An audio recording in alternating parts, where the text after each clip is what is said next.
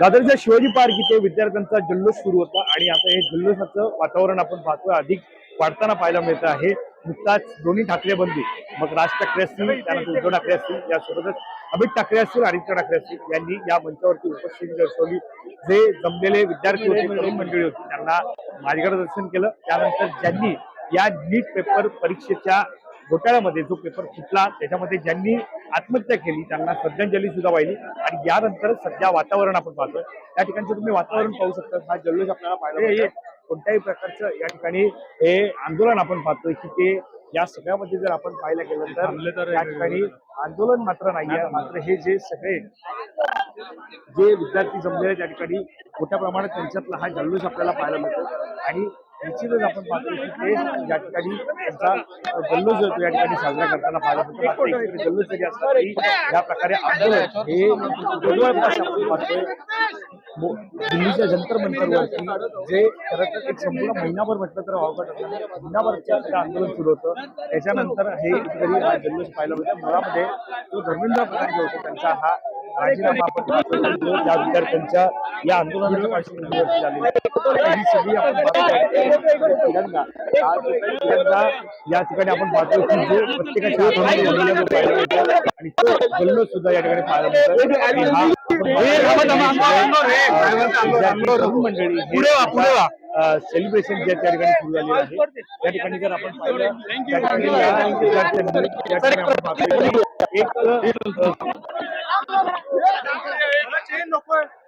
ठिकाणी आपण पाहतोय ह्या विद्यार्थी ज्यांनी कॉक्रोच आपण पाहतोय काय पुसणं आहे काय ह्याच्यामध्ये आम्ही असं दाखवायचा प्रयत्न करतोय की कॉक्रोचने म्हणजे आता मोदीला हे करून घायल करून टाकलंय, त्याला त्याची दाखवली आहे की सिटिझन्सची काहीतरी पॉवर आहे, डेमोक्रेसी अजून पण आहे आणि ते समजत होते कॉक्रोच आम्ही काय करू नाही शकणार। सो आता आम्ही दाखवून दिले की आम्ही काय करू शकतो आणि डेमोक्रेसी अजून पण आहे इंडियामध्ये। कितवीला मी आता फर्स्ट इयरला आहे। फर्स्ट इयरला हो। बरं, शिक्षणासाठी रस्त्यावरती उतरावं लागलं असं वाटलं होतं तुला? कधीच नव्हतं वाटलं, पण आताची परिस्थिती बघून यावं लागलं। बरं, काय काय वाटतं? राजीनामा तर झालाय धर्मेंद्र प्रधानांचा, मात्र जी गरज आहे सिस्टीमची जी सुधारेल असं वाटतं? लगेच नाही सुधारणार आहे। मला असं वाटतं की आता त्यांना कळालंय की मुलं आता चिडली आहेत आणि आता ह्याच्यापुढे ते मे बी केअरफुली करतील, पण सिस्टम तर अजूनही करप्ट आहेच, लगेच चेंजेस नाही होणार आहेत। जरा मुलांचा अजून दबाव असेल तर मग ते अजून नीट काम करतील असं मला वाटतं। नक्कीच आपण पाहतोय की या ठिकाणी सुद्धा हा मुलगा आहे, म्हणजे हातामध्ये सुद्धा पोस्टर आहे, काय त्या पोस्टरवरती?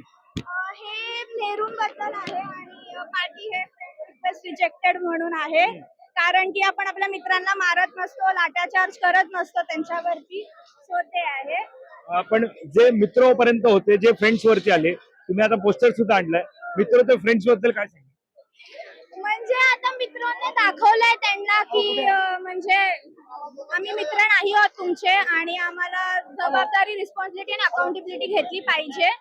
आणि आपण पाहतोय की या ठिकाणी हे सगळे तरुण मंडळी जे आपल्याला या ठिकाणी पाहायला मिळते, जे खरं तर या ठिकाणी आपल्याला त्यांचं आंदोलन असतील ज्या प्रकारे दिल्लीच्या जंतर मंतरवरती झालं ते करताना पाहायला मिळालं। आणि आता या सगळ्यामध्ये आपण पाहतोय की ते खरं तर या ठिकाणी त्यांचा जल्लोष जो तो साजरा करताना पाहायला मिळत आहे। केवळ संपूर्ण परिसरामध्ये आपल्याला पाहायला मिळते की त्यांचा जल्लोष हा पाहायला मिळते। आता मध्ये त्यांनी न्यायदेवतेचा आपण त्यांच्याशी बातचीत जे या ठिकाणी करणार आहोत, त्यांचं म्हणणं हे आपण त्यांच्याशी जाणून घेणार आहोत। ते सुद्धा त्यांचं वय पाहता ते सुद्धा या आंदोलनामध्ये या जल्लोषामध्ये ते सहभागी झाल्याचं आपल्याला पाहायला मिळतंय। त्यांचं वय किती आहे हे सुद्धा आपण त्यांच्याकडनं जाणून घेणार आहोत, त्यांचं या सगळ्यावरती मत काय हे सुद्धा आपण त्यांच्याकडनं जाणून घेणार आहोत। किती वर्षांपासून त्यांचं हे खरं तर आपल्याला पाहायला मिळत आहे की हे जरी आंदोलन असेल ते बऱ्याचदा पाहायला मिळतं की आंदोलन होतं मात्र न्याय मिळत नाही। मात्र या सगळ्यामध्ये त्यांच्याशी बातचीत जे ते आपण करणार आहोत। सर बोला, तुमचं नाव? रामनाथकर। रामनाथकर, काय वय काय सर तुमचं? माझं वय 69 आहे, पुढच्या महिन्यात 70 होईल। नक्कीच, ज्या प्रकारे विद्यार्थी तरुण मंडळी रस्त्यावर उतरले, काय वाटतं बघून? अरे खूप एनर्जेटिक वाटतं, मला यंग झाल्यासारखं वाटतं। मला यंग झाल्यासारखं वाटतं। बरं, ज्या मुद्द्यासाठी हेल्प करण्यासाठी किंवा यांना एक सपोर्ट करण्यासाठी मी खाली उतरलो आणि मी ही साईन केलेली आहे जस्टिसची आणि मी एक कॅम्पेन राबवतोय। इथे का हे बघा, जस्टिस. मला त्याच्यावरती द्यायचं आहे की जस्टिसचा जो मुद्दा तुम्ही घेताय, हे विद्यार्थी इथे न्याय मागण्यासाठी आले होते, मात्र त्या न्याय देण्यासाठी त्यांना जवळपास 25 दिवसांची प्रतीक्षा करावी लागते.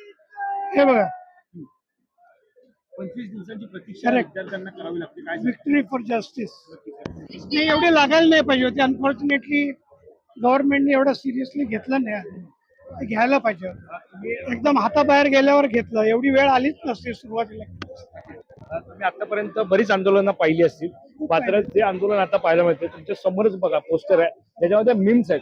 म्हणजे आतापर्यंत जी आंदोलनं व्हायची ज्याच्यामध्ये जे नारे असतील, ज्या घोषणा असतील, त्याच त्या पोस्टरवरती असायच्या. Correct. मात्र या वेळेला पोस्टर्स वेगळे पाहायला मिळतात. करेक्ट. कारण हे युथ लोकांच्या क्रिएटिव्हिटी बाहेर पडते. Creativity is everywhere. ह्या यंग मुलांमध्ये तर खूपच आहे. ती या निमित्ताने बाहेर आली. चांगले स्लोगन, चांगले visuals. I am a graphic designer आणि मी हे बघितल्यावर मला एवढं वाटतं की किती टॅलेंट आहे आपल्या कंट्रीमध्ये.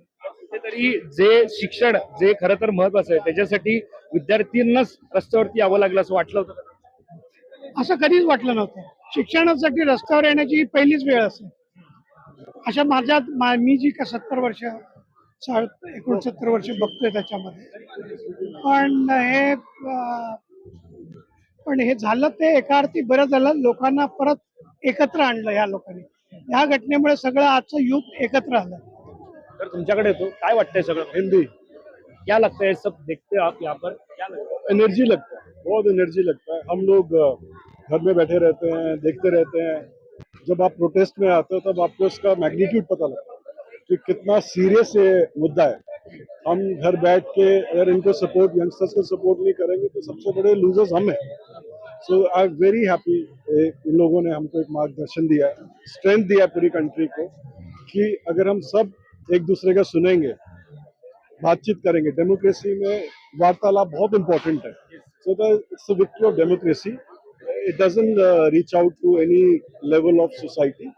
हम सब एक है and this is the perfect demonstration for that.